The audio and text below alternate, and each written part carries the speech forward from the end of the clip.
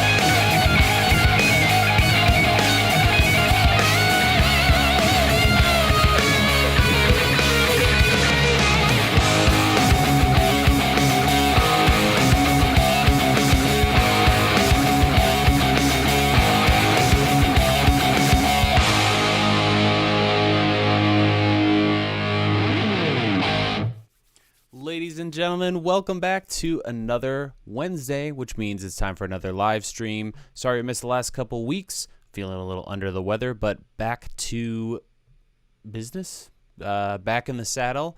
So if you're joining us for the first time, this happens most Wednesdays at 5 p.m. Eastern. By the way, let me know if I'm sounding okay. I had to last minute change up the entire audio setup because reasons. So if you can hear me, let me know in the chat. But yes, every single week here at DSLR Video Shooter. Also, I want to let you guys know that after this stream, I'm headed over to my buddy's channel, Jem Schofield, where we're going to be talking about some items. Ooh.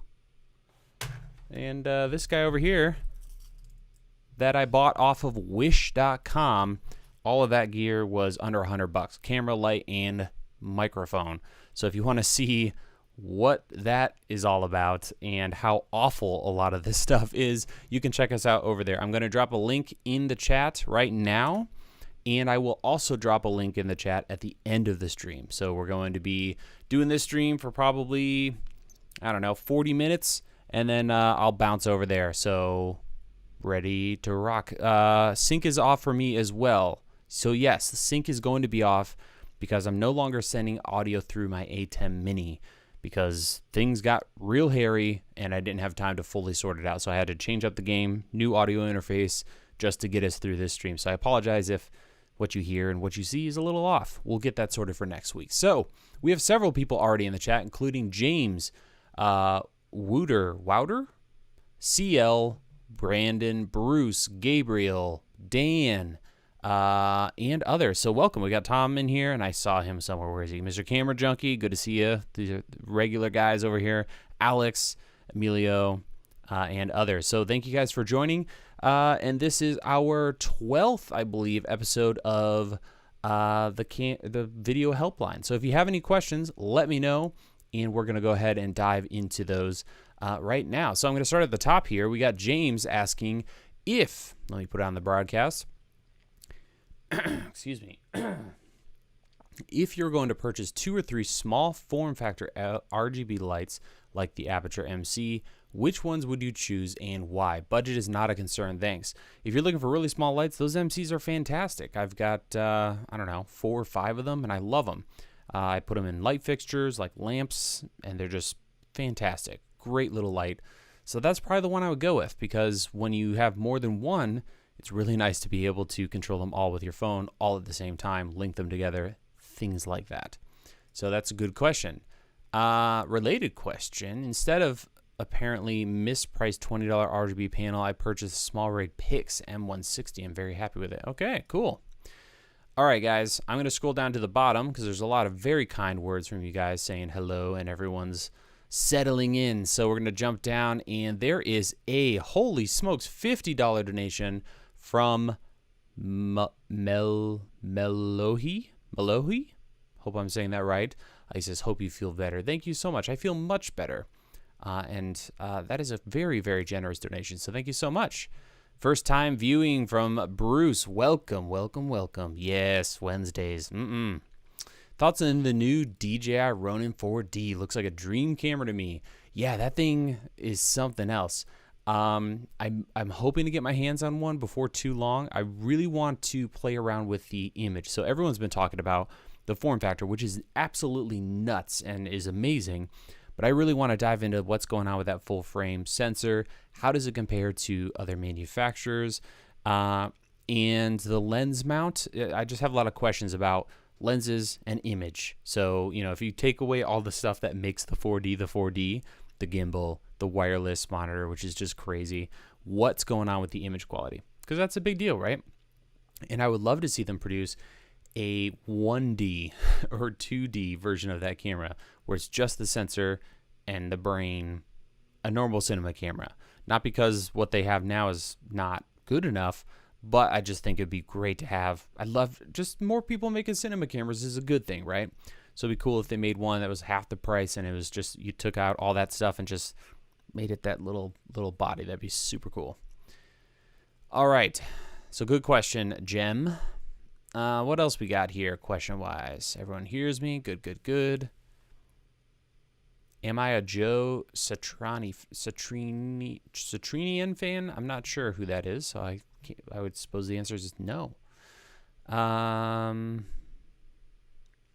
Here we go with a question from CL. I've got a G85 super zoom Panasonic lens and a camera insert for backpacks. Give me an assignment to practice start to finish videography to final render stuff. If you're on YouTube, make 4 videos and release them 1 a week and see how long it takes you and see if you can keep that pace up. Yeah, I would say that's a good assignment. Because that's a lot of work. Because you're not only making a video, but you have to publish it, all that good stuff.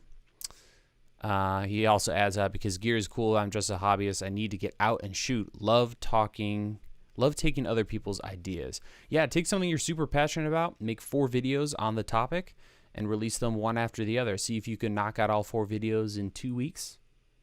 And I think that'd be good.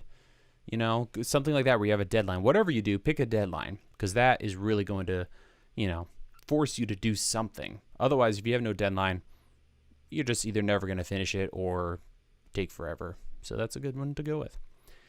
Sound is well synced for me. Oh, good. Okay, I'm going to scroll down here, folks. Can you put this video of the versions on these in an unlisted playlist? I want to binge them. Yes, Ben, they are actually. So if you go to my channel, youtube.com/DSLR video shooter, go to the playlist. There you will find a live stream playlist. All of these self-destruct from the public, but they all end up there unlisted. So you can go ahead and watch them after the fact. Thanks for the videos. Thank you. Alejandro. Sorry, I'm horrible with names unless it's Bill or Bob or something super boring. All right. Oh, cool. So Valentina is going live. Nice. She's awesome.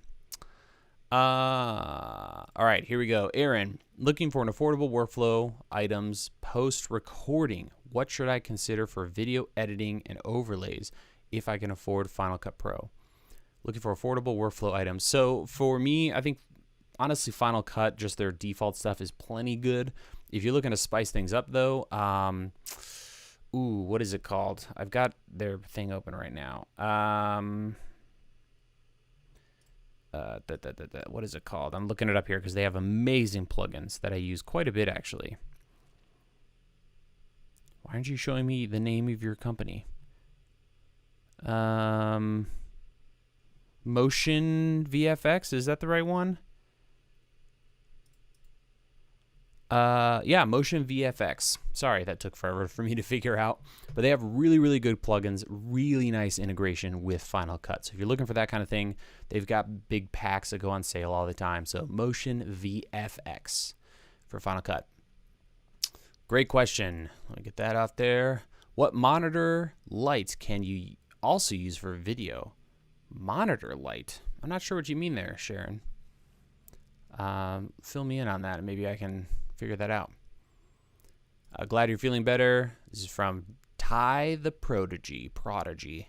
Second, I shoot with the A6400 for my channel. My question is, should I shoot with PP1 movie because it's 8-bit 420?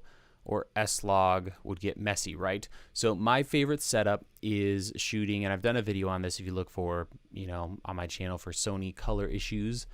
My setup is S-Log 2 for the gamma, so the exposure or luminance, and then for the color mode, I recommend going with ITU 709 matrix. So that's going to skip S-Log's traditional S-gamut color, which is a disaster on those 8-bit cameras, and it's going to saturate your footage. I am working on, for those, I know people have asked me about it, I am working on a LUT for that workflow, so you can just drop it on there and boom, you have a nice image. So that's in the works, but as it stands right now, that's what I recommend that you do.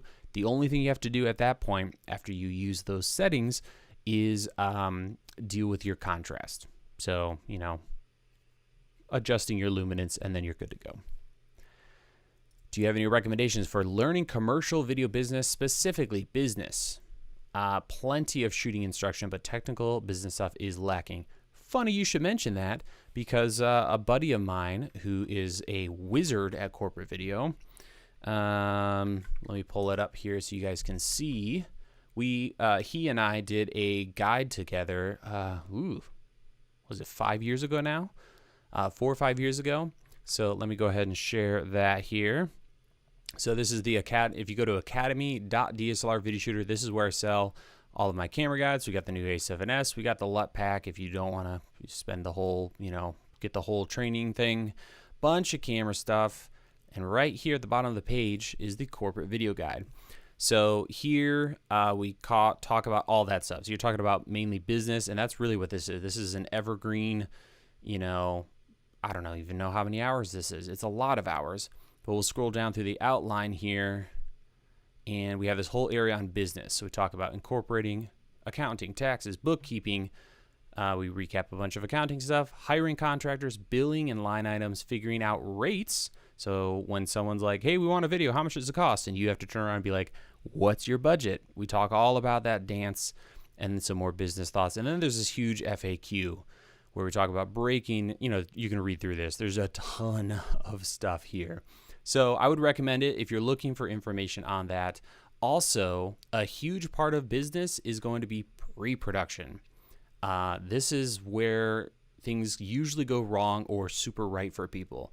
So if you want to learn more about that, you can go to dslrvideoshooter.com. I'm sorry, academy.dslr. I'll just drop the link for you guys here. So let me switch back here. Just drop that in, and there you can learn more about corporate video. So it's one of my favorite guides because cameras are great, but that's the kind of stuff that really changes things for you, right? Okay, where did I leave off? My goodness, I scrolled way down somehow. Okay, we got that. Can you put a video version of these streams? Yes, we did that. Good. Jumping down here. We have a donation from David Phelps. Super chat, $5. Thank you, Caleb, for all you do. Project timeline in 24p footage shot at 60. Is there a way to set playback in the media bin and Final Cut to watch them in slow-mo? Maybe not. You might not be able to watch them there in slow-mo. I know you can drop it into a timeline, and then you can click on the clip, and there's a little icon for, retiming. You click that and you hit automatic, and if your timeline is set to 24, the Final Cut will automatically slow it down for you. As for watching it back in the media bin, if you will, in Final Cut, or the library there, I don't know if there's a way to do that. So I usually find myself just dumping a bunch of stuff into a random, I'll just create a test or demo project, drop it in and do that. But that's a great question. Sorry I couldn't help you out there more, but I don't think you can. Help me out, folks, if I'm wrong. We have a 3-camera setup, but only 4 lights. Should we get more small lights to focus light on individual people, or some bigger lights to throw over a wider area? I would go big with your lights. So I don't know what your setup is. Are you talking they're all around a table? They're all next to each other? Definitely larger light sources is what I would shoot for. If you don't have room for a huge softbox, or what I really like using, which is a lantern. So Aperture and other companies make these Bowens mount lanterns where you can just blast a ton of light all around in a 360 or flag it off. If you don't have room for that, go with LED mats. You can get really big ones like 4x4 feet, and those are fantastic. Or you can bounce the light off of a white ceiling and hang a sheet, just a giant sheet, and that's a great way to go as well. But yeah, in general, the more you start adding a ton of little lights, you start getting, first of all, the lighting just doesn't look as good. Like this is the smallest I would ever go, which is a 36-inch softbox. You start getting shadows everywhere. My shadow is going to cast on somebody else, and it just gets really hairy. So yeah, larger sources of light is definitely a good idea. Great question. How am I pulling out comments? I'm using Ecamm Live. Great software, works great. And I can just click on add to broadcast for any people. Yes, Motion VFX, thanks you for helping me out there. All right, folks. I'm going to scroll down here because it looks like I'm behind as usual. Super chat from Emilio. Just want to give a small extra support for the amazing LUTs you created for the A7S III. Thank you, Emilio. I'm so glad you're enjoying them. I have encountered one weird issue that's super rare if you're filming crazy saturated neon lights, particularly red neon lights. So I'm working on an update to those LUTs. So they're still working fine, but I've had one person reach out with a specific use case and had a weird thing. So I'm going to update those. But yeah, I'm loving them too. I made them for myself and I use them every single day. So thank you so much, Emilio, for the $5 on top of buying the LUTs, good sir. Just moved. This is from Stefan. Just moved to a new office space and one wall of the room designated as a studio, all windows to the right next to a busy road hospital. Oh, sorry, man. That's rough. Any shotgun mics that isolate better than others? All right, so you have 3 ways you can go here. You can go lav, which is going to help really isolate things because it's super close to you, but it's not going to sound as good as a shotgun. If you have the money, the MKH416 from Sennheiser is probably your best bet. Your other option is, if you're okay with the microphone in the shot, doing this. It's going to completely kill everything else in the space. I've got traffic outside of this window. There's other sounds. A train goes by every once in a while. So having a microphone close really eliminates a lot of this stuff. But I would say your best bet is going to be getting an MKH416 from Sennheiser. Also get some sound blankets. I've done tons of videos on them, but 2 layers of sound blankets will drastically cut down on that stuff. And you can put them on a rolling stand. I've got a video on that. Would highly recommend. Baron, good to see you, good sir. Everyone should check them out, especially if you're into mandolins. I'm heading to Sony a7 IV when it drops. Planned on Sigma lenses. Oh, interesting. But now breathing correction on the Sony stuff is tempting. Any thoughts on that feature? Will make it a Sigma. I doubt it. I wouldn't be surprised if Sony kind of hangs on to that as their own little thing. It's not a big deal to me. And knowing your videos, unless you're going to be, racking focus crazy distances, I wouldn't worry about it, Baron. You can go with Sigma. That would totally be fine as well. Another option is Tamron. I'm really enjoying their lenses, but if you're looking for primes, fast primes without spending a ton of money, yeah, I would just stick with your plan, Baron. Go with the Sigmas and you should be fine.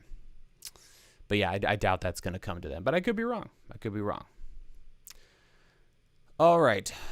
What do you feel about the Zcam versus something like the Red Komodo? I'm not trying to knock on them, but I just never really was into Zcam. I think they look cool. I think, it's a super great, cool, interesting form factor. But image-wise, raw-wise, I think you're better with Blackmagic. Ergonomics are horrid. Or, like you said, Red Komodo. All right, Bruce, I'm about to build a webinar streaming setup for my job as a product trainer, trying to choose between the Atem Mini versus Elgato. Okay, so I don't know about your RTMP situation. I'm not that well versed in the different offerings from Blackmagic and Elgato in that department. What cameras? Using Lumix cameras. So I'm going to say Atem Mini. I think that's probably your best bet. They're doing crazy stuff with that line, so I think you would be really happy with that. As for Lumix camera control, you're gonna have to maybe find another solution, but that's my vote from what little I know about that. Where's the best place to go to learn create graphics and effects in Final Cut? Yeah, Motion VFX. We actually were talking about it earlier. Love it. I'm not sure what you mean, Bruce. Oh, wait. Which way would you recommend is the easiest way to go? Right, so Atem Mini. Okay. You said you were downgrading your audio solution to a $300 package. Are you talking to me or someone else? $300 package. Is there a reason why? If you're talking about my latest video, I just used a different lav setup for that one part of my video where I did the lighting demos. And it didn't work out, but I've got that sorted now, so you guys won't have to deal with that terrible audio quality. What's the best brand of C-stands in terms of quality? Is there a big quality difference between lower price brands? So, like many things in life, there's some good options that can be found on a budget, but at a certain point, it's horrible when you get really, really cheap. So, I would recommend the cheapest C-stands anyone buys, unless you're just looking for a big light stand. But a C stand that's used for C stand things, Impact, which is a B&H brand. It's owned by B&H, I believe. Impact Turtle Base C stands are my favorite, easily. They're solid. And if you're talking about the stuff like that's on Amazon, like the really cheap stuff, those aren't solid. Like if you pick up a real C stand, it's like weightlifting. It's no joke, right? Those cheap things on Amazon, they're hollow, they're tinny, they're like aluminum, they bend, they've got springs in them and stuff. It's not a good situation. So I would skip that, and Impact is what I would go with. There might be other brands. I should probably do a video on that, but when I bought the cheapest one, a couple years ago, yeah, no fun at all. All right, folks, I'm going to jump down a little bit to catch up. If I missed your comment, I'm sorry. You can repost. We're going to fly through this. Baron, $5 donation. Oh, we did that already. Right. Sorry, Baron. We already covered that. MKBHD4. Nice. Okay, yeah, I'm going to jump way down, guys. I apologize, but I'm way behind. We'll be in trouble here. Super chat from Brandon. And it's just it's $4.99. He's just being a gentleman, and I appreciate that. Thank you very much. Hello from Greece. This is there we go. Ocan. I am planning to start a post-production company. Nice. What is the best remote editing solution? What do you think is the best? I am leaning towards HPZ Central. I don't know much about that. What you just mentioned there. I know a lot of people. Oh boy. There's so many ways to go about that with proxies and whatnot. What's the number one people use? I always forget the name of it, but it's a big deal. And they just got purchased by somebody. Ooh, help me out, guys. Sorry, I can't. If it comes to me, I'll let you know. I've done various workflows. I mean, the best is if you can find some fast way to get proxies back and forth, and then just use an XML workflow where you're generating XMLs and you can have versioning and reconnect media, and then at the main production hub is where all the files are. But yeah, right. Moving on here, we have a 3D printed attachment for the Pocket 4 6K. Oh, you know what? Let me grab it and I'll show it to you guys. Yes, Matthew, I do have it, and I'm working on the final version of it. So I'm just gonna leave. If someone shows up and is like, where is he? Just let them know I'm on my way back. I'll be like 10 seconds, if that.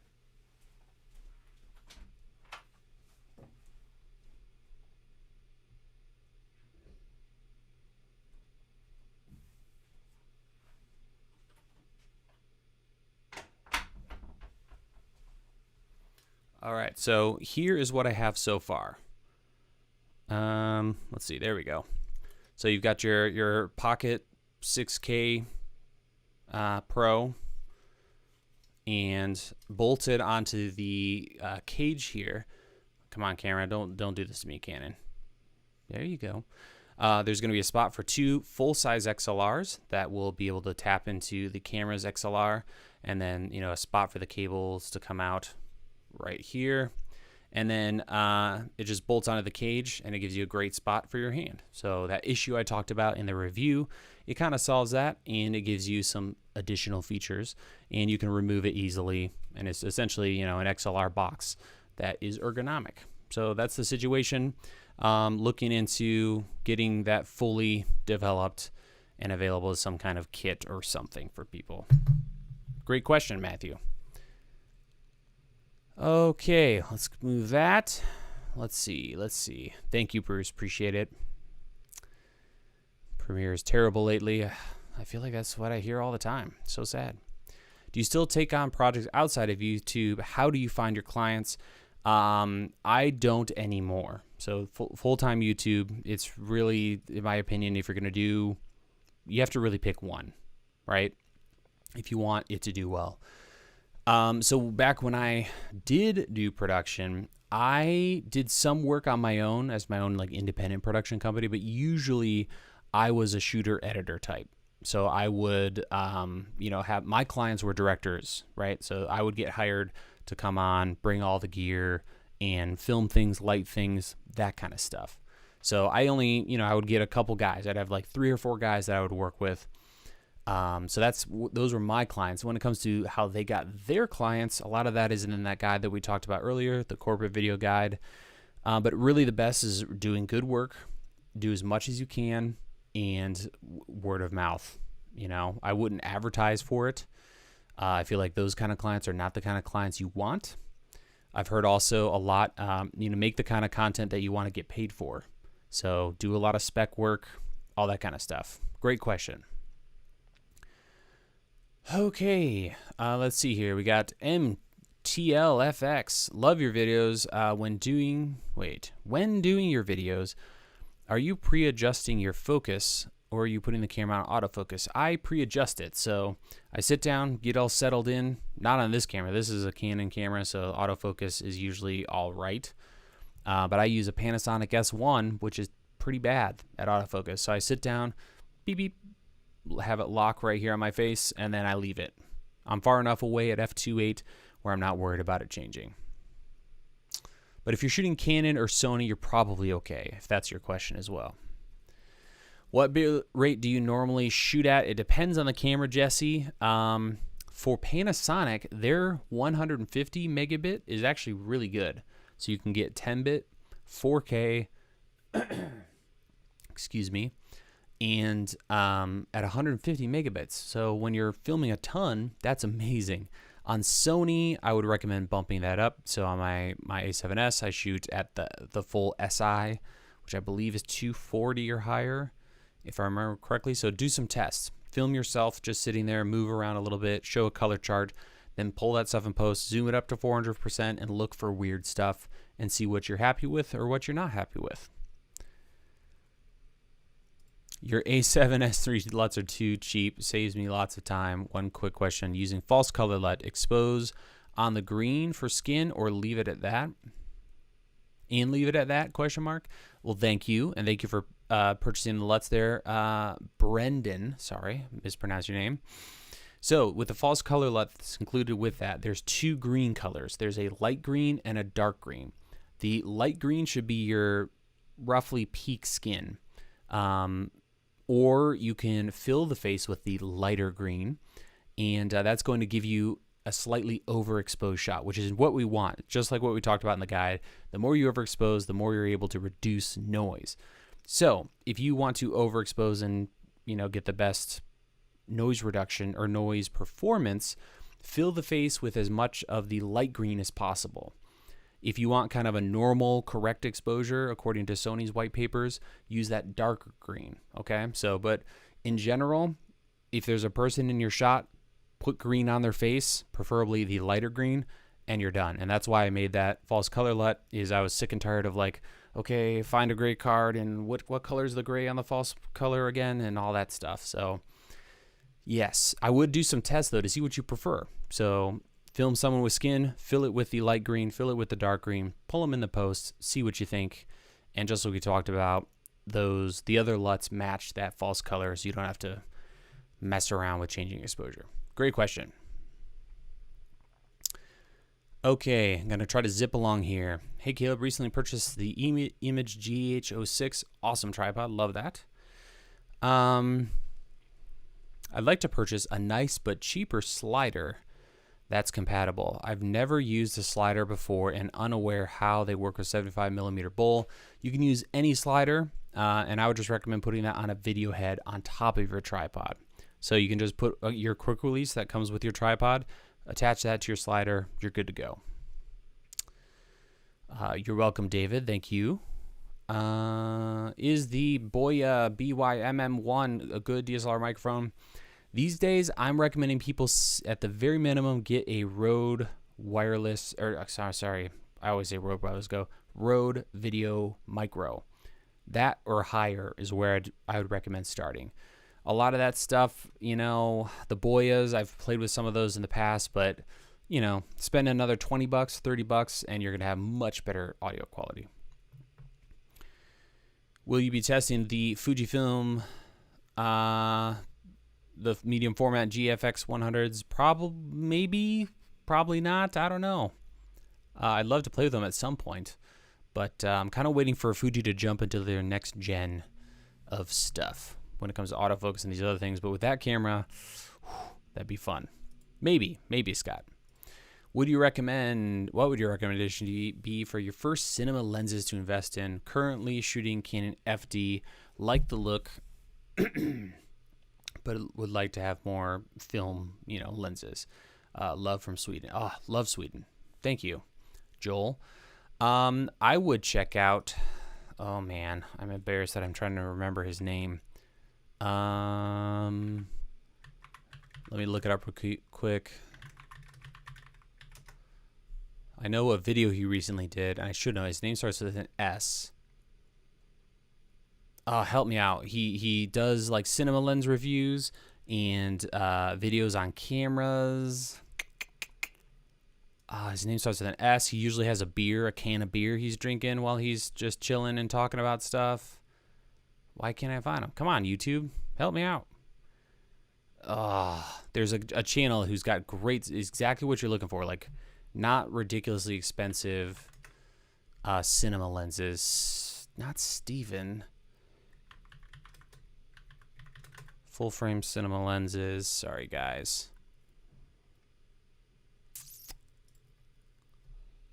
I want to plug him because he's so good. Here we go. Nope. That's not his channel, but that's him. Spencer. Here we go. I got him now. Spencer. Let me put his channel in the description, but I'll just show it real quick. Boom. This guy, Spencer. Really good stuff. He just did a video on some full frame Mickey lenses. So definitely would recommend checking out his channel. If you're not subscribed, just subscribe to his channel. It's fantastic.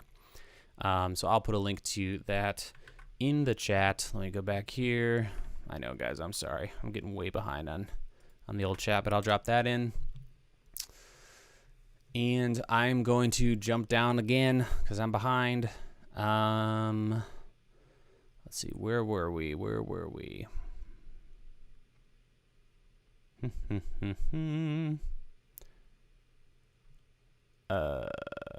Closer, warmer. All right, we got some super chat stuff. James, what's your NAS setup, and what do you do with the older source footage? Archive, bin? Thanks, loving the channel and the live streams. Thank you so much, James. Good question. I used to use a, oh gosh, what is it? Oh man, it's completely leaving me. Max Yuriev did a video on it. I'm completely spacing on the brand, but I haven't used that for a couple years. Right now I use a Mac Mini Pro with a bunch of giant RAID boxes essentially connected over Thunderbolt 3.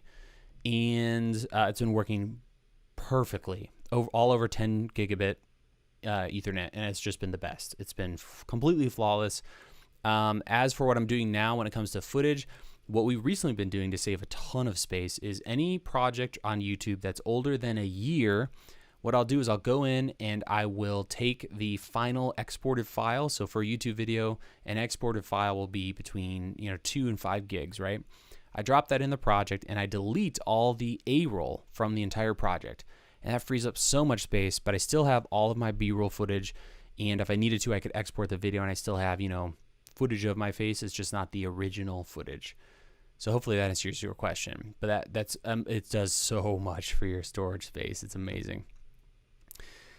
All right, so good question, thank you. And Christian 999, he says you had a videographer come on talking about pricing and video work. Is the spreadsheet he mentioned $2,500 for post? Can you break down that number? How can we more accurately price post-production? So I believe if you go back and rewatch that, we talk about how to kind of go through that. If you want to learn more, all that stuff's in the corporate video guide. You just need to know what you're getting into with post. So it's just going to depend on every single project. I know I hate getting that answer from people, but that's the honest truth. You just need to know what you're going to be getting into. You need to just charge for things that you're going to have to pay for. Storage, we just talked about storage. You don't want to be just paying for that on your own. That should be covered when you're, in pre-production with the company and getting everything sorted out. I think the numbers we use in there, we're just kind of like throwing stuff at the wall and just kind of making up a project. So yeah, it's just going to depend on the project, how much post is involved, what your contract is with them. Are you going to give them 2 revisions, 10 revisions? All of that's going to cost more. Good question, and thank you for donation. Shoot me an email if you have more questions. I'd love to help you out there. Picking up the kids, miss half the stream. Oh no. Utility for LUTs 8-bit cameras, monitoring, correcting exposure, etc. I'm sorry, I'm not sure Is there a utility? Oh, right. You can kind of use shoot me an email. I can't think of it right now, but I think there's something that might be able to help you out there, Chris, if you see this even.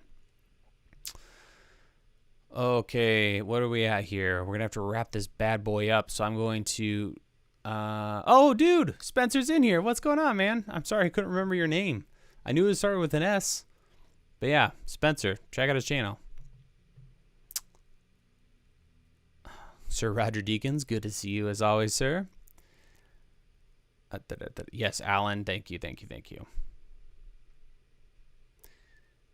Oh, that's funny. Nice. Spencer. Yeah, everyone knew who I was talking about.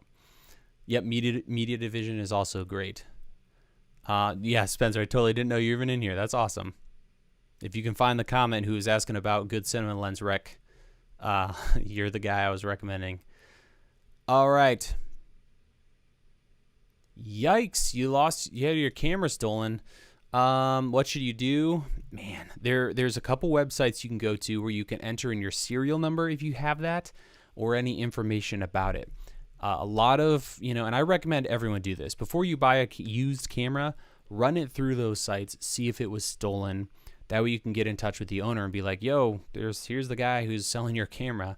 But that's what I would recommend doing is file that. Get that information out there, and you never know when it's going to turn back up. Reach out to other people in your community. If you're in Chicago, there's a ton of photographers and filmmakers there. If you know any of them, let them all know. And, it's amazing how often that stuff shows up and someone discovers it. Super chat from a name I can't read. 400 rubies. Finally caught you.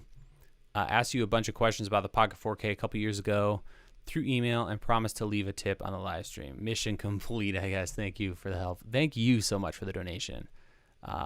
And wow, that's that memory though. That's good stuff. Thank you, sir. Or lady. Oh man, you guys dropping these super chats. Let's barrel through these here. Good day, Caleb. Just got all the gear set up for a live studio. Thanks, man. Best frame rate for YouTube 1080 60 and Canon going past 30 minutes. Best frame rate for YouTube. I don't know. It depends on your camera, but I don't think the frame rate's going to necessarily stop that 30 minutes. I think you're stuck with a 30-minute deal. If that's your question, let me know if I'm incorrect though, or you can shoot me an email, dslrvideoshooter.com/contact. and I'll help you out there. Thank you for the donation. And there he is. Alex Miner, $4.99, your weekly bribe. Bribe accepted, good friend. Thank you. You're so kind. Too much goodness to me, mister. Oh my gosh. And oh my gosh. That's awful.